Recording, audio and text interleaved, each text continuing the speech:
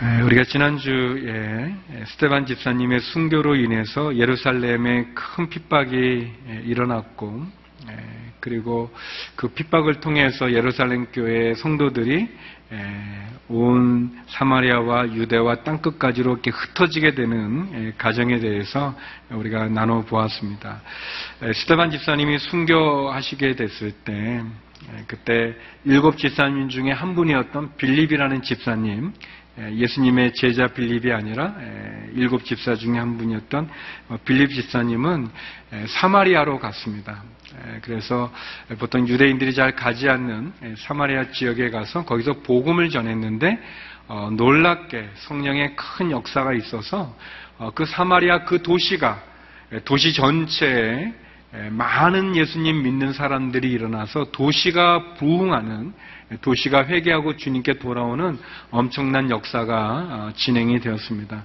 이 소식을 들은 예루살렘 교회의 지도자였던 베드로와 요한은 친히 또 사마리아에 가서, 그래서 그 복음의 역사, 부흥이 일어나는 그 도시를 또 방문했고, 그리고 그 가운데 성령을 받지 못한 사람들을 위해서 성령 세례를 주는 그런 역사들이 일어나게 됐습니다.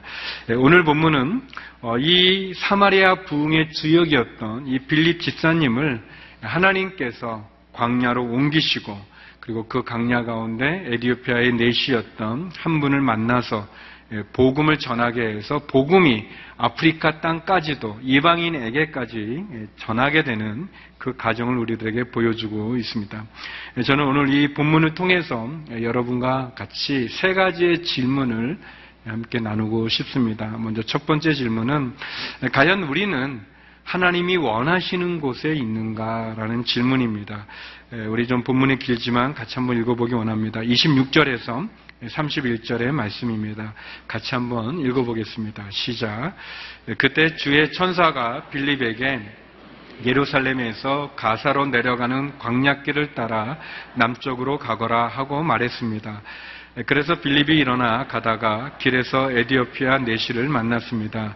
그는 에티오피아 여왕 간다게의 재정을 맡은 고위 관리였습니다.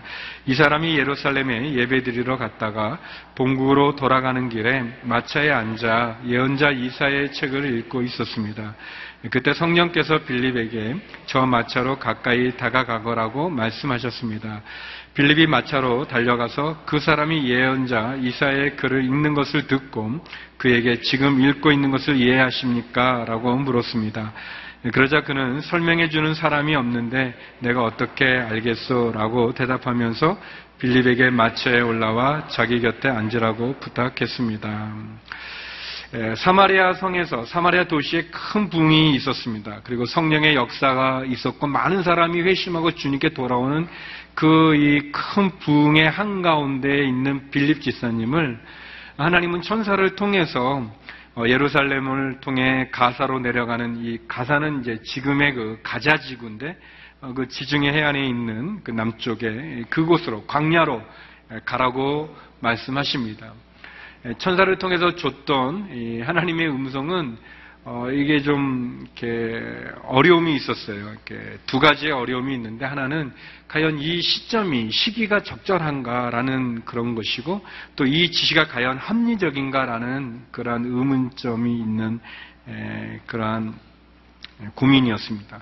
왜냐하면 빌립이 사마리아에서 아주 큰 부흥을 이끌고 있는데, 지금 성령의 역사가 막 뜨겁게 일어나고 있는데, 그리고 거기에 이 중심 인물인 빌립을 지금 이 광야로 옮기는 게, 이 시기가 과연 적절한가라는 그런 의문점이 들고, 또 이 가라고 하는 것, 이 떠나라고 하는 거가 어디냐면 광야예요. 이 사마리아는 지금 할 일이 굉장히 많은데, 광야는 할 일도 없고, 거기 뭐 도시도 없고, 사람도 없고, 사역도 없을 텐데, 과연 할 일이 많은 여기를 떠나서 할 일이 없을 것처럼 보이는 광야로 가는 거가 과연 합리적인, 합당한, 이성적인 그런 지시인가라는 그런 의문을 갖게 됩니다. 왜 하나님은 빌립을 사마리아에서 이렇게 큰 부흥과 축복을 주셨는데 전혀 할 일이 없는 것 같은 광야로 빌립을 내보내시려고 하는가? 메마른 목초지, 덤불나무들, 돌과 타는 듯한 태양, 창냉기의 강야에 빌립을 보내는 건 굉장히 비효율적이고 낭비일 것처럼 보이는데, 아무리 생각해도 이해할 수 없는 조치고 지시라고 볼 수 있는데 왜 하나님은 가라고 말씀하시는가?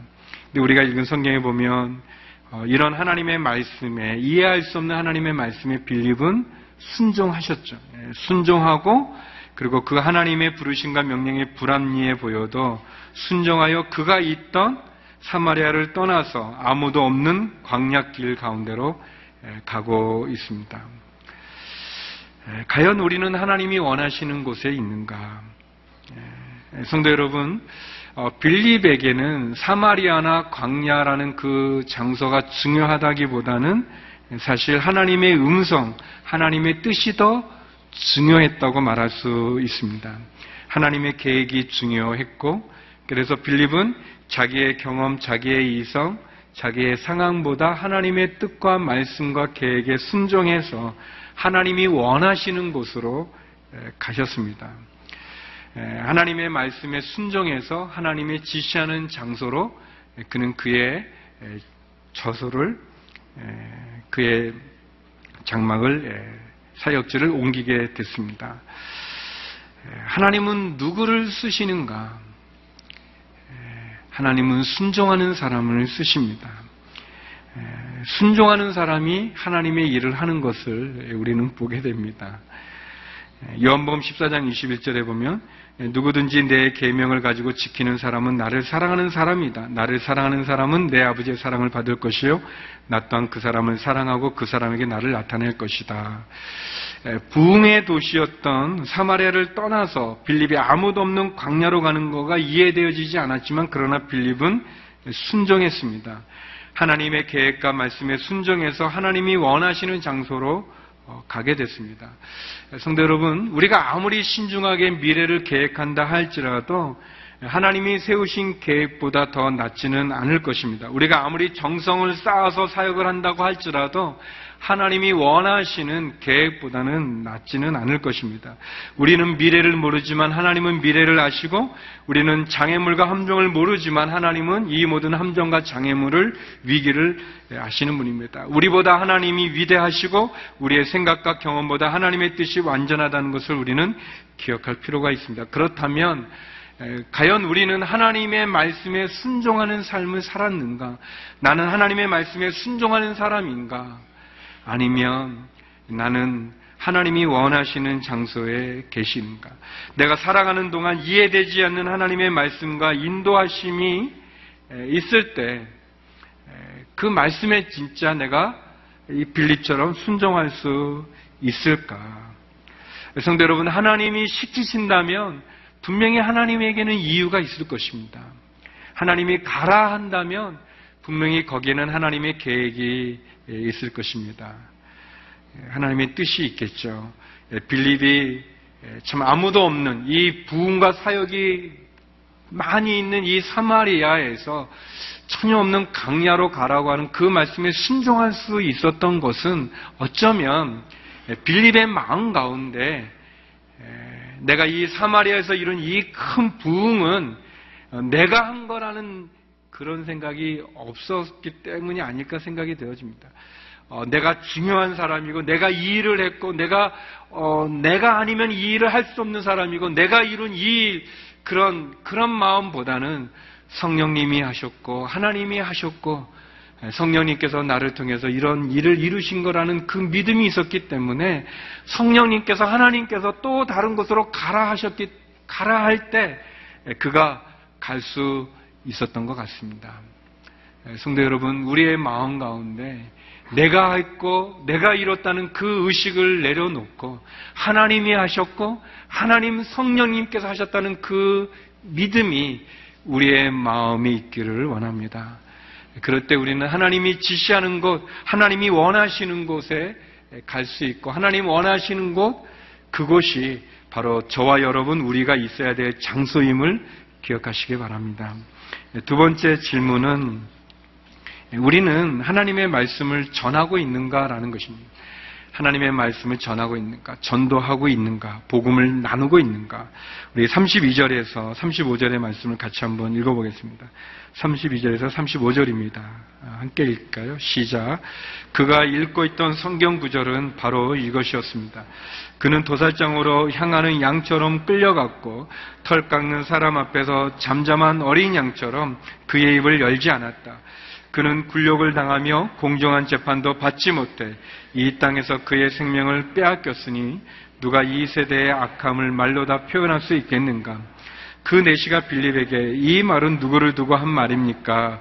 예언자 자신을 두고 한 말입니까? 아니면 다른 사람을 두고 한 말입니까? 라고 물었습니다.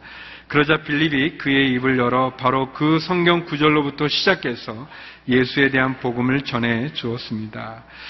가사로 내려가라는, 광야로 내려가라고 하는 하나님의 말씀은 이해하기 어려운 지시였지만 그러나 빌립은 순종해서 내려갔습니다. 내려갔더니 그 광야에서 그는 이디오피아의 내시를 만나게 됩니다.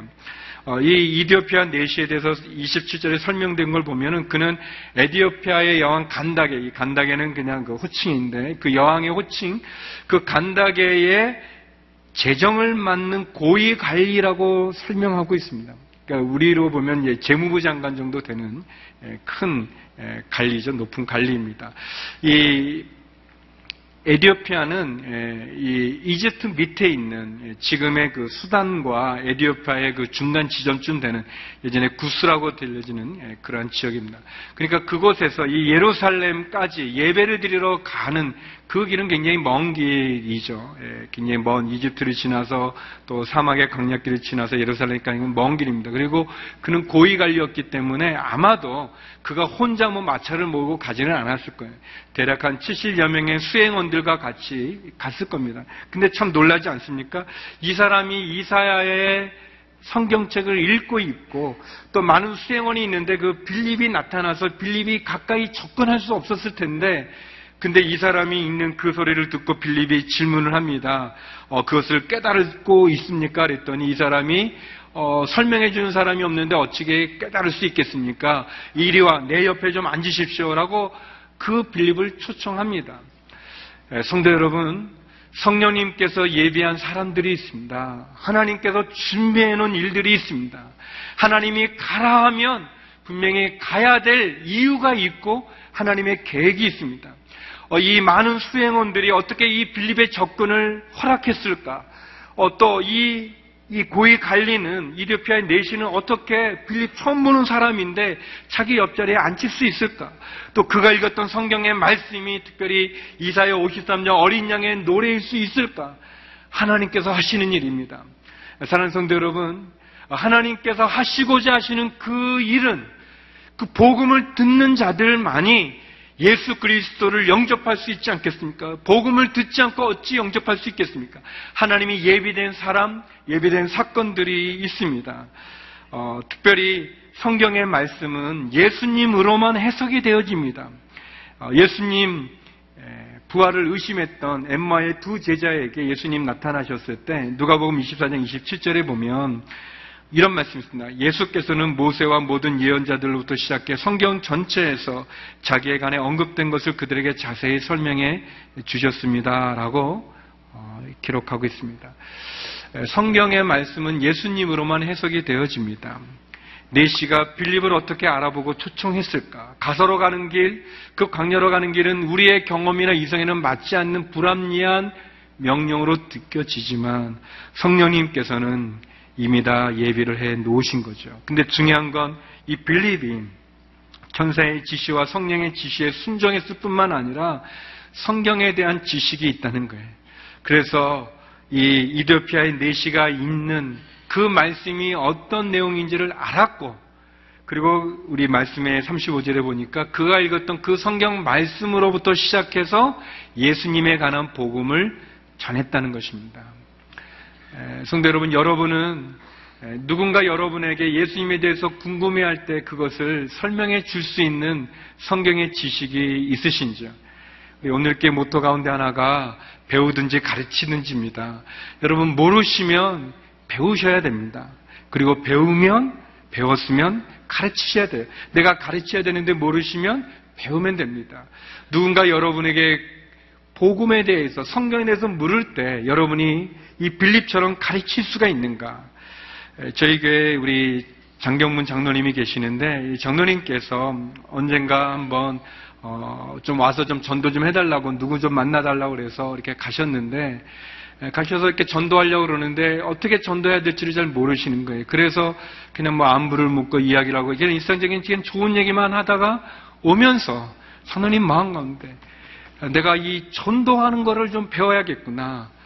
어떻게 뭘 전해야 될지 모르니까. 그래서 전도 폭발도 배우고 또 사형리도 배우시고 다리야도 배우시고 여러 개 하면서, 그러면서 장로님께서 온누리 5분 전도법이라는 것을 만드셨어요. 그래서 온누리 전도법이라고 해가지고 이것을 가르치고도 계시고 또 이 전도법을 통해서 많은 사람을 복음을 전하십니다. 또 저희 최봉호 목사님, 또 우리 송희서 장로님 섬기시는 우리 전도 폭발이 있어요. 믿지 않는 사람들에게 복음을 전하는 법. 또 우리 여성민 목사님께서 하시는 전도 콜센터도 있고 맞춤 전도도 있죠. 비긴 어게인 우리 지난주에 했던 것처럼 여러 부분이 있습니다. 여러분, 빌립은 사마리아라는 도시에 가서 전했을 때는 많은 사람들을 대상으로 전했던 이 대중전도를 또 잘 하셨었어요. 또 그리고 이제 광야에 가서는 한 사람을 만나서 이 개인전도도 잘 하시게 되셨어요. 우리는 복음을 잘 전하고 있는가? 잘 전도하고 있는가? 전할 수 있는 지식이 있는가? 그런 은사가 있는가? 그런 능력이 있는가?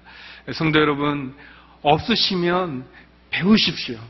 그리고 우리 온누리 전도법도 배우고 전도 폭발도 배우고 또 전도 콜센터를 통해서 여러분 많은 걸 배우시고, 배우고 나서 배우셨으면 전도할 수 있길 바랍니다. 빌립은 순종하여 말씀을 전하지 않습니까? 우리 베드로전서 3장 15절 말씀 같이 한번 읽어보겠습니다. 같이 한번 읽어보죠. 시작. 이제 여러분의 마음에 그리스도를 주로 삼아 거룩하게 하고 여러분이 가진 소망에 관한 이유를 묻는 모든 사람에게 대답할 것을 항상 준비하되. 소망에 관한 이유를 묻는 사람에게 대답할 것을 항상 준비하는 저와 여러분 되시기를 바랍니다. 어떻게 보면 우리 성령님은 빛이라고 말할 수 있고 예수님은 이 사진, 필름이라고 말할 수 있고, 여러분 영사기를 돌릴 때 빛이 있어야 그 필름을 통해서 그 내용이 비춰지지 않겠습니까? 또 빛만 있어도 안 되겠죠. 사진이 있어야겠죠. 필름이 있어야 되겠죠. 성령님께서 우리 가운데 역사하셔서 예수 그리스도를 조명하여 비출 수 있는 그 능력이, 그 은혜가 저와 여러분이 있기를 원합니다. 우리가 올해 마지막 주일을 보내고 있는데 올 한해 여러분은 몇 명을 전도하셨습니까? 아니, 여러분의 삶 속에, 인생 가운데 몇 분을 전도하셨는지요? 제가 고민했는데 아무튼 정리를 했어요. 우리 이 두 손이 있지 않습니까? 우리가 천국에 가서 주님을 만날 때, 하나님을 만날 때 이 두 손을 하나님 이렇게 만나지 않을 거예요? 이 두 손의 손가락이 모두 몇 개입니까? 이렇게 5개, 5개, 10개. 그래서 여러분의 인생의 삶 동안, 인생 동안 적어도 10명에게는 복음을 전해서 10명의 전도의 열매가 있기를 주의 이름으로 축원합니다. 그래서 이 왼쪽 엄지손가락은 누구 이렇게 다 하나님 만났을 때 잘 왔다 충성된 종아, 그러니까 어떻게 복음을 많이 전했니? 그랬을 때 10명에 이렇게 이름 이렇게 할 수 있을 만큼 제가 쉬운 방법으로 정해드렸는데, 누군가 나에게 복음을 전해준 그 은혜만큼 우리도 말씀을 전할 수 있는 저와 여러분이 되기를 바랍니다. 적어도 10명 이상의 사람들에게 복음을 전하는 열매가 있기를 바랍니다. 마지막 질문은 우리는 과연 하나님의 계획 속에 있는가라는 것입니다. 우리 36절에서 우리 40절까지 말씀 같이 한번 읽어보겠습니다. 36절에서 40절입니다. 시작. 그들이 길을 따라 내려가다가 물 있는 곳에 이르게 되자 내시가 말했습니다. 보시오, 여기 물이 있어. 내가 세례를 받지 못할 이유가 어디 있겠어. 그리고 내시는 마차를 멈추라고 명령했습니다. 그리하여 빌립은 내시와 함께 물로 내려가 그에게 세례를 베풀었습니다. 그들이 물에서 나오자 주의 성령께서 빌립을 데리고 가셨습니다.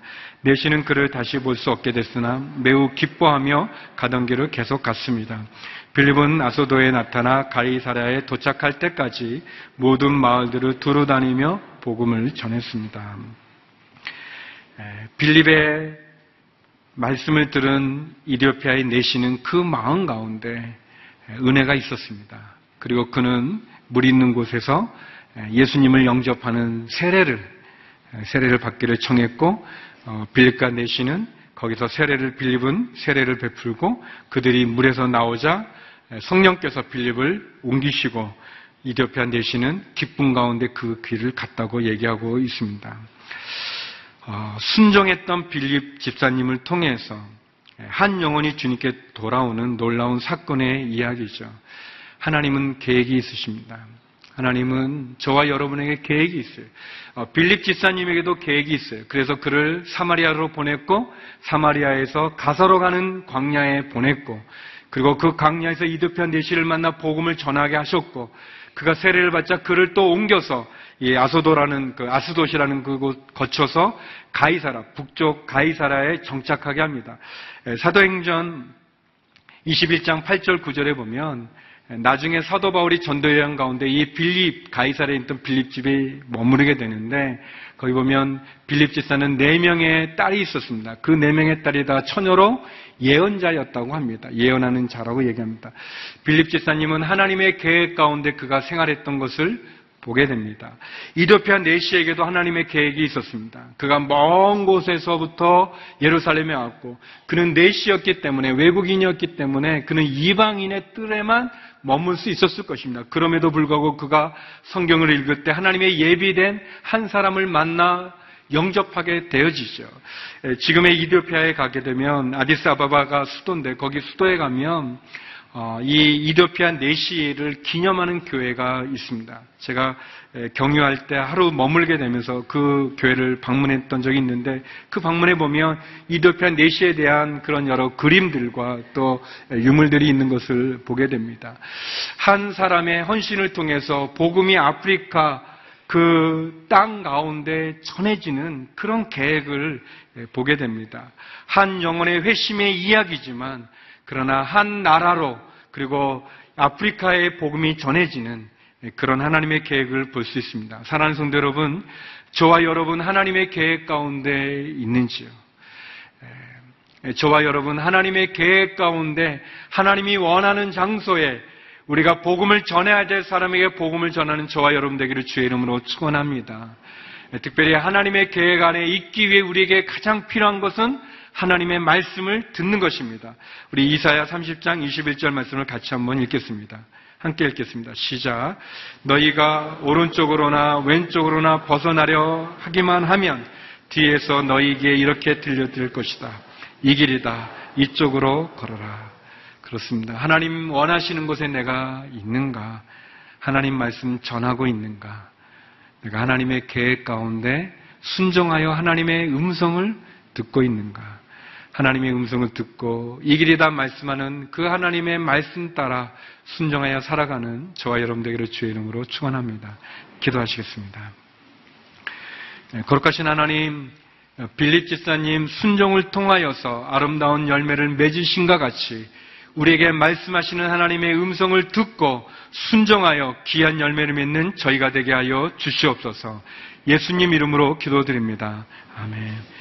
성도 여러분 다 자리에서 일어나셔서 하나님께 봉헌 찬양 올려드리겠습니다.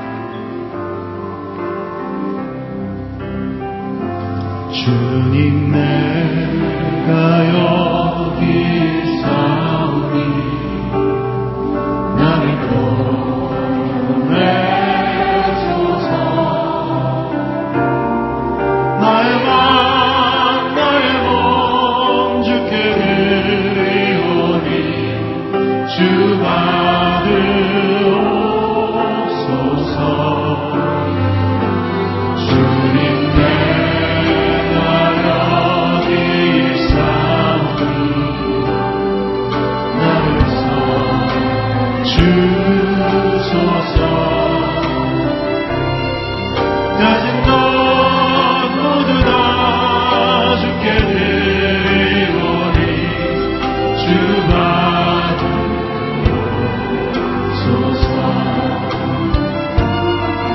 할렐루야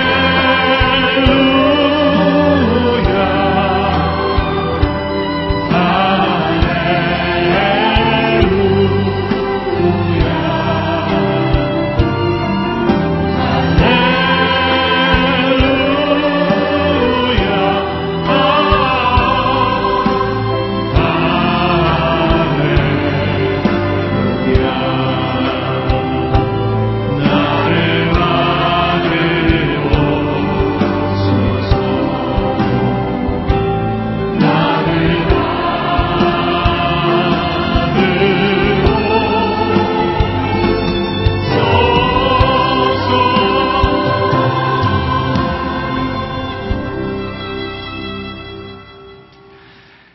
하나님, 우리에게 2015년 한 해를 허락하여 주셔서 감사합니다. 하나님, 올해의 마지막 주일 저에게 전도의 사명을 허락하여 주심을 감사합니다. 하나님, 우리가 주님이 원하시는 곳에 서 있기를 원합니다. 만나는 자들에게 주를 전하는 자들이 되길 원합니다. 언제나 우리들의 삶이 하나님의 계획 가운데 있기를 원합니다. 하나님, 우리에게 많은 물질과 하나님 기쁨의 삶을 허락하여 주심을 감사합니다. 하나님, 우리의 물질을 주님께 올려드립니다. 이 물질이 사용되는 곳에 하나님의 나라가 확장되며 주의 말씀이 증거되게 하여 주시옵소서. 지금은 우리의 한 영혼을 위해 이 땅에 오신 주 예수 그리스도의 은혜와 우리의 영혼을 위해 아낌없이 당신의 아들 독생자 예수 그리스도를 이 땅에 보내신 그 크신 하나님의 사랑과 언제나 우리에게 말할 제목을 허락하여 주시며 언제나 우리를 통하여 주의 복음을 전하게 하시는 성령님의 위로교통 충만하심이 오늘 말씀을 통해 다시 한번 주의 나라를 위해 살길 원하는 믿음의 백성들 가운데, 열방 가운데 주의 말씀을 전하시는 선교사님과 그 사역 가운데 지금부터 영원토록 항상 함께하여 주시길 간절히 축원하옵나이다. 아멘.